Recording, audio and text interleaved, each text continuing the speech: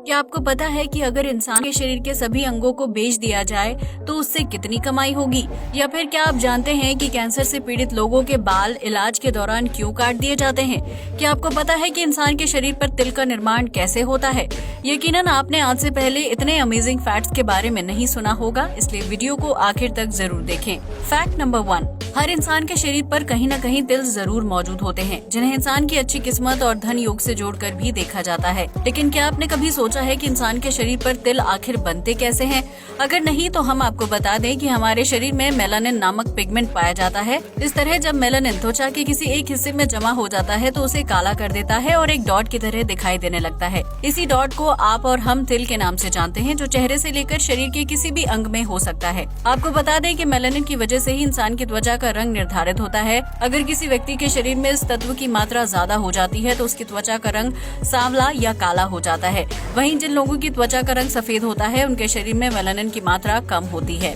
Fact number 2, आप में से बहुत से लोगों को लगता होगा कि पेट्रोल पंप पर पाइप अगर पारदर्शी यानी ट्रांसपेरेंट होता तो आपको ये पता चल जाता कि टैंक में कितना पेट्रोल जा रहा है। लेकिन पेट्रोल पंप के पाइप के पारदर्शी न होने के पीछे बहुत ही अहम कारण छुपा हुआ है, जिसके बारे में बहुत ही कम लोग जानते हैं। सबसे पहले हम आपको ये बता दें कि इस पाइप को हॉज कहा जाता है, जो काफी लचीला होता है। पेट्रोल बहुत ही ज्वलनशील पदार्थ होता है, जो जरा सी हीट के संपर्क में आते ही आग पकड़ लेता है। ऐसे में हॉज को रबर समेत ऐसे मटेरियल से कवर किया जाता है जो हीट के संपर्क में आने से एकदम आग न पकड़ ले। इसके अलावा होज के ऊपर स्टील की एक छन्नीदार परत चढ़ाई जाती है ताकि उस पर बदलते मौसम या केमिकल का असर न हो। इस तरह तैयार किए गए होज का पारदर्शी होना नामुमकिन हो जाता है, क्योंकि पारदर्शी चीजें कम मजबूत होती हैं, जिसकी वजह से वो हीट और केमिकल के संपर्क में काफी जल्दी आ जाती हैं। ऐसे में अगर होज पारदर्शी होगा तो उसकी मजबूती कम हो जाएगी और पेट्रोल पंप पर आग लगने का खतरा बढ़ जाएगा। इन्हीं सब सुरक्षा कारणों को ध्यान में रखते हुए पेट्रोल पंप और वहाँ मौजूद चीजें पारदर्शी यानी ट्रांसपेरेंट नहीं होती हैं। फैक्ट नंबर 3, आज तक आपने कई तरह की कार्स देखी होंगी जिनका डिजाइन और ऊंचाई अलग अलग होता है, लेकिन क्या आपने कभी सबसे छोटी हाइट वाली कार के बारे में सुना है, जिसका नाम फ्लैट मोबाइल है? अगर नहीं तो हम आपको बता दें कि ये दुनिया की सबसे छोटी हाइट या ऊंचाई वाली कार है, जिसकी ऊंचाई सिर्फ 19 इंच है। ये कार जब सड़क पर चलती है तो ऐसा लगता है कि वो बिल्कुल उससे चिपकी हुई है। फ्लैट मोबाइल में एक समय पर 2 लोग आराम से बैठकर सवारी कर सकते हैं, लेकिन ये कार लंबी हाइट के लोगों के लिए थोड़ी सी परेशानी खड़ी कर सकती है, क्योंकि उनके पैर इस कार में फंस सकते हैं। फ्लैट मोबाइल का निर्माण यूके के एक कार निर्माता पेरी वॉटकिंस ने किया था, जो बहुत ही कूल और आकर्षक कार लगती है। फ्लैट मोबाइल की हाइट भले ही छोटी हो, लेकिन ये कार सड़क पर बेहद तेज रफ्तार से भागती है, क्योंकि इसमें जेट इंजन लगाया गया है। फैक्ट नंबर 4, आपने अक्सर मोबाइल फोन से लेकर कार और अन्य चीजों के विज्ञापन टीवी और न्यूज़पेपर में देखे होंगे, जिनसे उनकी सेल कई गुना तक बढ़ जाती है। लेकिन क्या आप ये जानते हैं कि महंगी और ब्रांडेड चीजों का कोई भी विज्ञापन टीवी या न्यूज़पेपर में नहीं दिया जाता है, लेकिन इसके बाद भी उन प्रोडक्ट्स की बिक्री काफी ज्यादा होती है। दरअसल लैम्बोर्गिनी और टेस्ला ऐसी कार कंपनियां हैं जिनके द्वारा बनाए जाने वाले प्रोडक्ट्स का मार्केट में विज्ञापन नहीं किया जाता है, लेकिन इसके बाद भी इन कार्स की सालाना बहुत ज्यादा बिक्री होती है। असल में लैम्बोर्गिनी के मालिक का मानना है कि वो जिस तरह की कार बनाते हैं उन्हें खरीदने के लिए सिर्फ हाई क्लास कस्टमर्स ही आते हैं। ऐसे में उन ग्राहकों के पास ना तो टीवी देखने का टाइम होता है और ना ही न्यूज़पेपर पढ़ने का, फिर वो विज्ञापन में पैसा खर्च क्यों करे?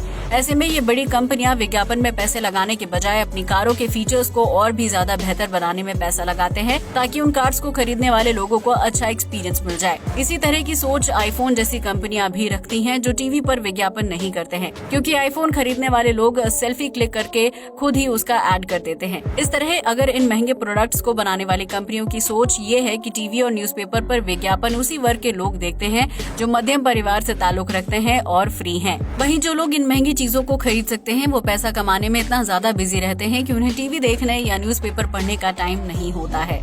फैक्ट नंबर 5, आज तक आपने कई तरह के वर्ल्ड रिकॉर्ड्स के बारे में सुना होगा, लेकिन क्या आपने कभी बियर पीकर रिकॉर्ड बनाने वाले शख्स के बारे में सुना है? अगर नहीं तो हम आपको बता दें कि उस शख्स का नाम आंद्रे द जायंट है, जो पेशे से एक रेसलर थे। आंद्रे की लंबाई 7 फीट 4 इंच है, जिन्होंने एक ही बार में सबसे ज्यादा शराब पीने का रिकॉर्ड बनाया था। दरअसल आंद्रे ने एक कंपटीशन के दौरान एक सिटिंग में लगातार 156 बियर की बोतल पी ली थी, जिसमें कुल 73 लीटर बियर थी। इस तरह इतनी ज्यादा मात्रा में बियर पीने की वजह से आंद्रे को दुनिया का सबसे बड़ा शराबी माना जाता है, जिनका बनाया गया रिकॉर्ड अब तक कोई नहीं तोड़ पाया है। हैरानी की बात तो ये है कि आंद्रे को इतनी ज्यादा बियर पीने के बाद भी नशा नहीं हुआ था, जिसकी वजह ये थी कि आंद्रे अपने स्कूल के दिनों से ही बियर और शराब पीने के शौकीन थे। फैक्ट नंबर 6, आज के दौर में हम सभी किसी न किसी तरह से अपने मोबाइल से जुड़े हुए हैं, क्योंकि इसमें एडवांस और स्मार्ट फीचर्स होते हैं। लेकिन मोबाइल ने हमारी जिंदगी को जितना आसान बनाया है, उससे कहीं ज्यादा हम इस डिवाइस को यूज करने के आदी हो चुके हैं। आज हम कहीं बाहर डिनर पर जाते हैं तो सबसे पहले फोटो क्लिक करके सोशल मीडिया पर शेयर करते हैं। इसके अलावा अपने दोस्तों और करीबियों के साथ वक्त बिताते समय भी हम मोबाइल फोन का यूज करते हैं, जिसकी वजह से हम अपनों के साथ क्वालिटी टाइम नहीं बिता पाते हैं। लेकिन अगर आप ऑस्ट्रेलिया में हैं तो यहाँ आपको रेस्टोरेंट में मोबाइल इस्तेमाल न करने पर डिस्काउंट मिल सकता है। जी हाँ, आपने बिल्कुल सही सुना। दरअसल ऑस्ट्रेलिया के कुछ रेस्टोरेंट्स मालिकों ने ये नोटिस किया कि उनके यहाँ खाना खाने आए लोग अपने साथी के साथ टाइम बिताने के बजाय फोन पर लगे रहते हैं। ऐसे में रेस्टोरेंट्स ने एक स्कीम लॉन्च की, जिसके तहत अगर कोई कपल या व्यक्ति खाना खाते समय अपना मोबाइल फोन यूज नहीं करता है तो उसे बिल में 10% का डिस्काउंट दिया जाएगा। इस तरह रेस्टोरेंट में आने वाले लोग डिस्काउंट के चलते अपना मोबाइल फोन टेबल पर रखे लकड़ी के बॉक्स में रख देते हैं और फिर अपने परिवार या दोस्तों के साथ फूड एंजॉय करते हैं, जिसकी वजह से उन्हें क्वालिटी टाइम बिताने के साथ साथ अच्छा फूड खाने का मौका भी मिलता है। अगर आपको ये ऑफर दिया जाए तो क्या आप अपना मोबाइल फोन यूज करना बंद कर देंगे? अपना जवाब कमेंट बॉक्स में जरूर बताएं। फैक्ट नंबर 7, स्विगी भारत में एक बहुत ही पॉपुलर फूड डिलीवरी ऐप है, जिसने साल 2019 में 5 साल पूरे कर लिए हैं। ऐसे में अपनी 5वीं सालगिरह पर स्विगी ने बहुत ही मजेदार डेटा रिलीज किया था, जिसे जानने के बाद सभी चौंक गए थे। स्विगी से रोजाना कई लोग फूड ऑर्डर करते हैं, लेकिन ज्यादातर लोग हफ्ते या महीने में बाहर से खाना मंगवाना पसंद करते हैं।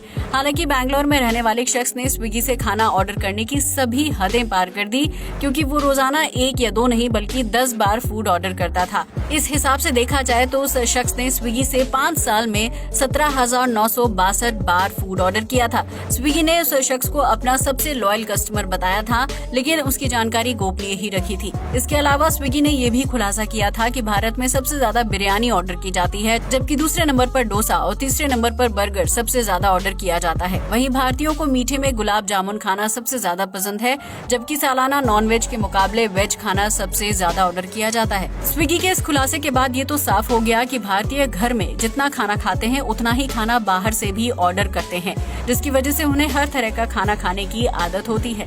फैक्ट नंबर 8, आज के समय को कंप्यूटर का युग कहा जाता है, जहां सब कुछ एक क्लिक की दूरी पर है। लेकिन कंप्यूटर ने इंसान की लाइफ को जितना आसान बनाया है, उससे कहीं ज्यादा परेशानियां भी खड़ी की हैं। पहले जहां बैंक और सरकारी दफ्तरों का रिकॉर्ड कागजों में फाइल के अंदर हुआ करता था, आज वो सब कुछ कंप्यूटर सिस्टम के अंदर स्टोर होता है। ऐसे में हैकर्स के लिए उस जानकारी को निकालना और उसका गलत इस्तेमाल करना आसान हो गया है, जिसकी वजह से बैंक में बड़ी चोरी को भी अंजाम दिया जा सकता है। ऐसा ही कारनामा कर दिखाया है 23 साल के हमजा बैंडेलाइज ने, जो पेशे से एक हैकर था। उसने अमेरिकी बैंक को हैक करने के लिए स्पाई आई नाम का एक सॉफ्टवेयर बनाया था, जिसे उसने अपनी वेबसाइट पर लॉन्च किया था। इसके बाद कई अमेरिकी नागरिकों ने उस सॉफ्टवेयर को अपने मोबाइल फोन और लैपटॉप में डाउनलोड कर लिया था, जिसके परिणाम स्वरूप स्पाई आई ने उन लोगों के गैजेट्स में जानकारी को हैक करना शुरू कर दिया। इस तरह हमजा ने सभी अमेरिकी नागरिकों के बैंक डिटेल्स निकाले और धीरे धीरे उनके अकाउंट से पैसों को निकालना शुरू कर दिया। इस तरह हमजा ने महज 2 साल में 217 बैंक अकाउंट से $400 मिलियन की रकम चोरी कर ली थी। लेकिन हमजा ने इन रुपयों का इस्तेमाल अपने ऐशो आराम के लिए नहीं किया, बल्कि उसने हैकिंग के जरिए जमा की गई पूरी रकम को अफ्रीका और फिलिस्तीन के एनजीओ में बांट दिया। हमजा ने ऐसा इसलिए किया ताकि इन देशों में मौजूद गरीब लोगों की मदद की जा सके। जब हमजा के हैकिंग और उससे जुड़ी जानकारी मीडिया के सामने आई तो कई लोगों ने उसे रॉबिन हुड के नाम से पुकारना शुरू कर दिया, क्योंकि उसने गरीब लोगों की मदद के लिए सराहनीय काम किया था। हालांकि हैकिंग के जरिए बैंक अकाउंट्स को खाली करना कानून की नजर में अपराध है और इसी के चलते हमजा को थाई पुलिस ने मलेशिया से गिरफ्तार कर लिया था। लेकिन पुलिस द्वारा पकड़े जाने और अमेरिकी कोर्ट द्वारा 30 साल की सजा सुनाए जाने के बाद भी हमजा मुस्कुराता रहा, जिसकी वजह से उसे स्माइली हैकर के नाम से जाना जाता है। फैक्ट नंबर 9, वर्तमान में कैंसर एक बहुत ही घातक बीमारी का रूप ले चुका है, जिससे पीड़ित व्यक्तियों की संख्या दिन ब दिन बढ़ती जा रही है। ऐसे में जब किसी कैंसर पीड़ित का इलाज किया जाता है तो उस दौरान उसके सिर के बाल काट दिए जाते हैं। लेकिन क्या आपने कभी सोचा है कि ऐसा क्यों किया जाता है? अगर नहीं तो हम आपको बता दें कि इसके पीछे कीमोथेरेपी मुख्य कारण होता है। दरअसल जब किसी कैंसर पीड़ित का इलाज किया जाता है तो उसे कीमोथेरेपी से गुजरना होता है। इस थेरेपी के दौरान मरीज को सांप के जहर से तैयार इंजेक्शन लगाया जाता है। वहीं दर्द से राहत पाने के लिए कई प्रकार की स्ट्रॉन्ग दवाइयों का डोज दिया जाता है। इन सभी चीजों की वजह से मरीज के शरीर में केमिकल रिएक्शन होना शुरू हो जाता है, जिसकी वजह से उसके सिर पर बाल धीरे धीरे झड़ने लगते हैं। ये बाल इतनी ज्यादा संख्या में झड़ते हैं कि उन्हें देखकर कैंसर मरीज को डर लगने लगता है और उसके मन में बुरे ख्याल आते हैं, जबकि घर के फर्श पर गिरे बाल किसी को अच्छे भी नहीं लगते हैं। इसलिए इस समस्या से राहत पाने के लिए कीमोथेरेपी के दौरान ही मरीज के बाल काट दिए जाते हैं, ताकि हैवी डोज के कारण उसके बाल ना झड़े।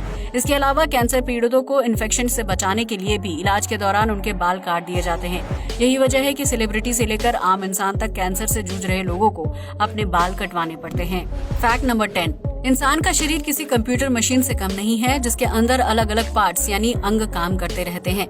जब इंसान की मृत्यु हो जाती है तो कुछ लोग अपने शारीरिक अंगों को दान करने का अच्छा काम करते हैं, जबकि कुछ डॉक्टर्स धोखे से मृतकों की बॉडी से शारीरिक अंगों की चोरी करके उन्हें ऊंचे दामों में बेच देते हैं।